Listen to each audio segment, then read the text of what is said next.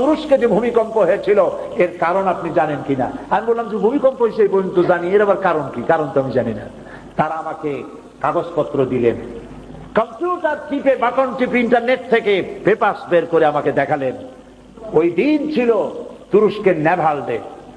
তুরস্কের নেভাল ডে উপলক্ষে তারা একটা বিশাল 5 স্টার হোটেলের নিচে বড় একটি ক্লাবে 30 জন আমেরিকান জেনারেল, 30 জন টার্কি জেনারেল, 30 জন ইসরায়েল ক্যাপ্টেন এবং কর্নেল এরা একত্রিত হয়েছে। আরো শহরের এলিট পিপল যারা আছে, ভিআইপি সিআইপি ধরনের লোক, এরা সব একত্রিত হয়েছে। গান হবে, ফুর্তি হবে, নাচ হবে, মদ হবে এবং এর সাথে যা আছে তাও হবে।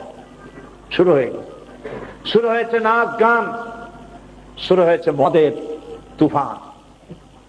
একজন টার্কি জেনারেল তার ক্যাপ্টেনকে ডেকে বলছে, এই ক্যাপ্টেন, একজন কোরআন শরীফ নিয়ে আসো। ইহুদি মেয়েরা এবং টার্কি মেয়েরা নাচতেছে, কাপড় কারো আছে, কাপড় কারো নাই। এই পরিবেশে সুবহানাল্লাহ কইলেন, নাউজুবিল্লাহ করেন, সুবহানাল্লাহ কইলেন। এই পরিবেশে কোরআন শরীফ, ক্যাপ্টেন ভয় পেয়ে গেছে, কিন্তু উপায় নাই, জেনারেল অর্ডার দিচ্ছে, দৌড়াই গিয়ে কোরআন শরীফ নিয়ে আসে। জেনারেল বলছে বের করো সূরা আল হিজর 9 নম্বর আয়াতটা বের করো। বের করলো, পড়ো কি লেখা আছে। ক্যাপ্টেন পড়ছে, ইন্না নাহনু নাযালনা যিকরা ওয়া ইন্না লাহু লাহাফিজুন। এখানে লেখা আছে, কি লেখা আছে? লেখাটা পড়ে শোনালো, অর্থ করো, ব্যাখ্যা করো। ক্যাপ্টেন ভয় পেয়ে গেছে, কয় যে আমি অর্থ ব্যাখ্যা কিছুই জানি না।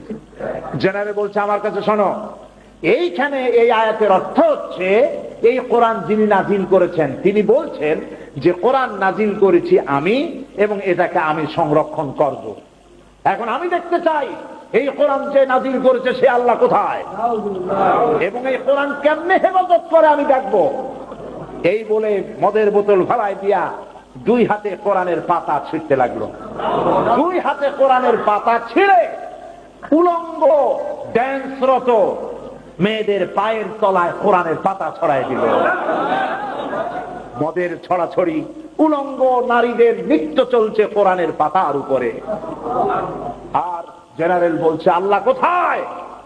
ক্যাপ্টেন ভয়তে আল্লাহু আকবার বলে দৌড় মেরেছে। ক্যাপ্টেন সাক্ষাৎকারে বলেছে যে আমার মনে হচ্ছিল যে গজব তো এখনই আসবে, কারণ সে তো আল্লাহকে চ্যালেঞ্জ করেছে।